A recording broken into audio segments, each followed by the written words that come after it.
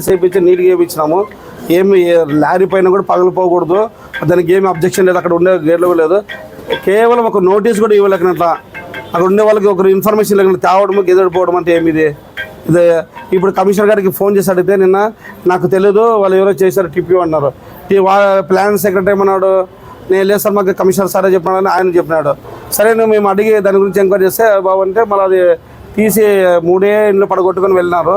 మళ్ళీ ఈరోజు వచ్చి అడిగితే మేము ఇప్పుడు మీడియా సోదరులు కూడా చూపించినాము. ఇక్కడ కమిషనర్ ఆఫీస్కి వచ్చిన తర్వాత సార్ ఏమిటంటే ఈయన టీపీఓ గారు దాన్ని తప్పు పట్టించడానికి అంటే మళ్ళీ ఏదో రాజకీయ ప్రభావం ఉందో నాకు తెలియదు, కానీ దాన్ని తప్పు దావా పట్టించడానికి లేదండి మేము ఎంకరేజ్మెంట్ అని పలగొడతామంటారు. సరే ఎంకరేజ్మెంట్ నీకు ఆ చివరిలోనే కనపడింది ఎంకరేజ్మెంట్.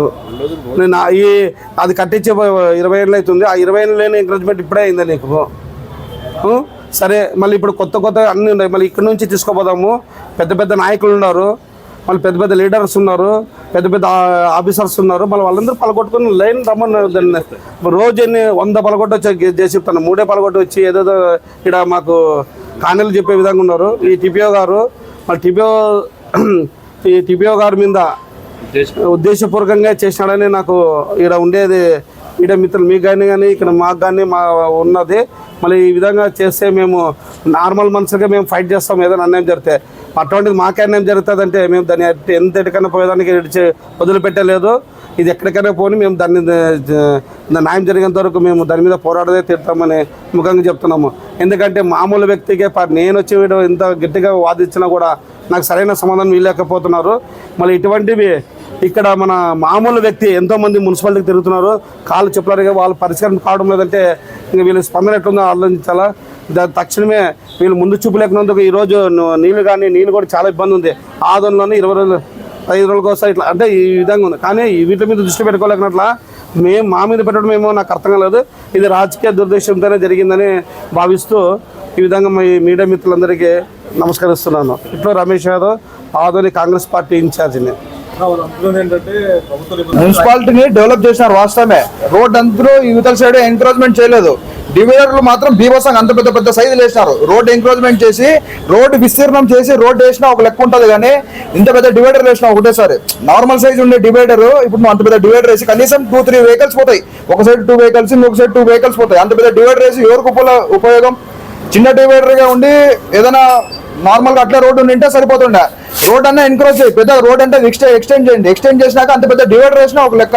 ప్రజల డబ్బుల్ని వృధా చేసినట్లు కదా. ప్లస్ ఇంకోటి, మార్కెట్లో ఎంతో మంది ప్రజలు వస్తుంటారు, కర్ణాటక నుంచి కానీ వేరే విలేజ్ కానీ కాయగూరలు అమ్ముకునేకి, బంగారు కొనుక్కునేకి ఇంతమంది ప్రజలు వస్తుంటారు. అక్కడ వచ్చేసి ఒక సులభ్ కాంప్లెక్స్ పగలగొట్టినావు, దాని ప్లేస్ లో ఇంకొక సులభ్ కాంప్లెక్స్ కట్టాలి కదా. ఎవడిపోయింది సులభ్ కాంప్లెక్స్? మార్కెట్లో ఉండే వాళ్ళకి సులభ్ కాంప్లెక్స్ ఉండాలి కదా. కనీసం బంగారు కొనే వ్యక్తి కనీసం ఒకసారి వచ్చాడంటే కనీసం గంట సేపు పడుతుంది. మహిళల పరిస్థితి ఏంది? ఆడ వాళ్ళకి సులభ్ కాంప్లెక్స్ లేవు కదా. దీని గురించి దృష్టి సాధించండి. కానీ వాంటెడ్లీ రమేష్ యాదవ్ ఇంటి దగ్గర అక్కడే ఇల్లు పాల్గొట్టాల్సిన అవసరం ఏముంది? ఇదేనా మీరు ప్రజలకు ఇచ్చే పరిపాలన? ఇంకోటి దీనికి ఉన్నారా మీరు? ఇంకోటి ఇంకో విషయం అంటే మీకు రోడ్ వేసినప్పుడు ప్లాట్ఫామ్ ఎక్కడైనా ఉందా? మామూలుగా ఫుట్పాత్ ఎక్కడైనా ఉందా? మనకు ఫుట్పాత్ ఎక్కడైనా కనబడుతుందా?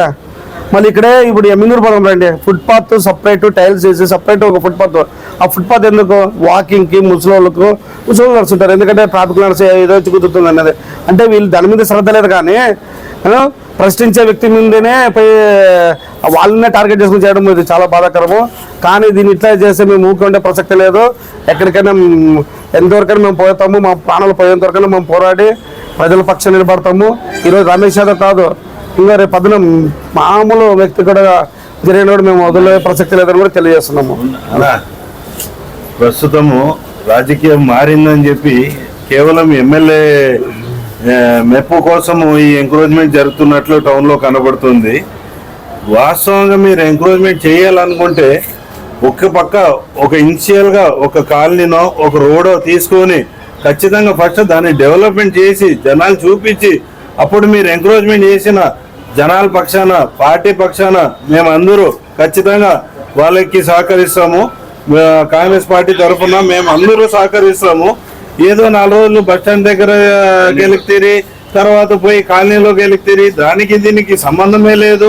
ఏదన్నా చేస్తే ఒక లైన్ ప్రకారంగా, ఒక పద్ధతి ప్రకారంగానే చేస్తే పద్ధతి, కానీ మీ ఇష్టం వచ్చినట్లు చేస్తే ఇది కేవలం ఏమనిపిస్తుంది అంటే ఏదో రాజకీయం మారింది, ఆ నాయకుని మెప్పు పొందే కోసం చేస్తున్నట్లు కనబడుతుంది.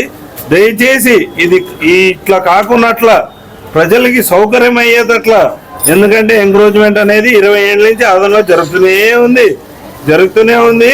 4 చోట్ల పోతున్నారు, 40 రోజులు నిలబడుతున్నారు. మళ్ళీ ఏదైనా ఒక ఇష్యూ వచ్చినప్పుడు మళ్ళీ ప్రొక్లైన్